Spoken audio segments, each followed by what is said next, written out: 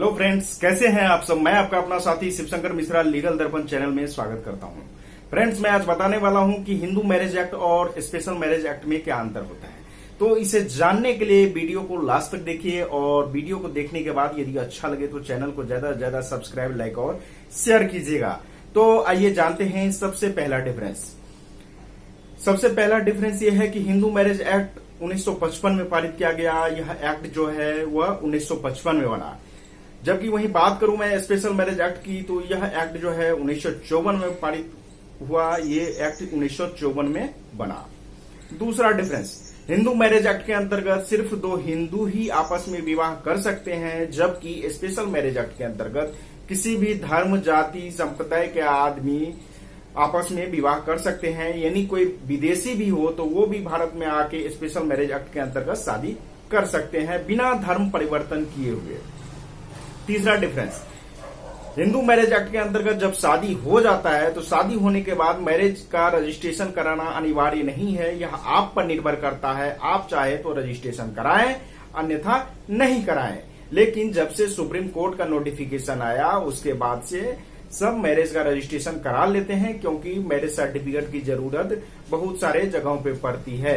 यदि आप कहीं पे शादी होने के बाद घूमने के लिए जाते हैं विदेश, तो आप जो पासपोर्ट बनाने जाएंगे तो वहां भी आपको मैरिज सर्टिफिकेट की जरूरत पड़ेगी। इसीलिए लोग बना लेते हैं, लेकिन हिंदू मैरिज एक्ट के अंतर्गत यह मैंडेटरी नहीं है। जबकि वहीं मैं बात करूं स्पेशल मैरिज एक्ट का, तो स्पेशल मैरिज एक्ट के अंतर्गत शादी का रजिस्ट्रेशन कराना अनिवार्य है। यानी मैरिज का रजिस्ट्रेशन आपको कराना ही पड़ेगा। तो वहां पे मैंडेटरी कर दिया गया है। अब चौथा डिफरेंस जो है वह यह है कि हिंदू मैरिज एक्ट के अंतर्गत जो है शादी हिंदू रीति रिवाज के अनुसार अपने घर पे करें या आर्य समाज मंदिर में करें या होटल में करें, जहां हो वहां करें, लेकिन वो रजिस्ट्रार के द्वारा मैरिज संपन्न नहीं कराया जाता है। जबकि स्पेशल मैरिज एक्ट के अंतर्गत विवाह का संपन्न जो है वह विवाह जो है वो रजिस्ट्रार के द्वारा ही कराया जाता है, चाहे मैरिज ऑफिसर के सामने हो या फिर रजिस्ट्रार के सामने हो। एसडीएम ऑफिस में जाके आपको एक एप्लीकेशन देना होता है। एप्लीकेशन देने के बाद वो मैरिज ऑफिसर जो है उसके बिहाफ पे एक नोटिस तैयार करते हैं। नोटिस तैयार करने के बाद उस नोटिस को एक एसडीएम कोर्ट में और नोटिस बोर्ड पे चिपकाते हैं। उसके बाद पेपर में उसको पब्लिश करवाते हैं। उसमें साफ लिखा रहता है कि यदि इन दोनों की शादी से किसी को कोई आपत्ति है तो वह 30 दिन के अंदर हमें सूचित करें। यदि कोई व्यक्ति सूचित करता है तो आपका मैरिज संपन्न नहीं होगा। यदि कोई व्यक्ति सूचित नहीं करता है, उस पर कोई आपत्ति नहीं दिखाता है, तो 30 दिन के बाद दोनों आदमी के मैरिज संपन्न कराया जाएगा।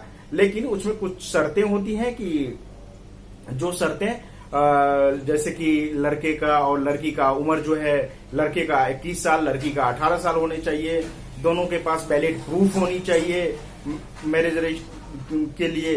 तो ये सारे कागजात यदि हैं, डॉक्यूमेंट आपके पास हैं, तो आपका मैरिज हो जाता है। तो ये कुछ मेजर डिफरेंस होता है हिंदू मैरिज एक्ट में और स्पेशल मैरिज एक्ट में। तो मुझे आशा है कि अब आप लोगों को पता चल गया होगा कि हिंदू मैरिज एक्ट और स्पेशल मैरिज एक्ट में क्या डिफरेंस होता है।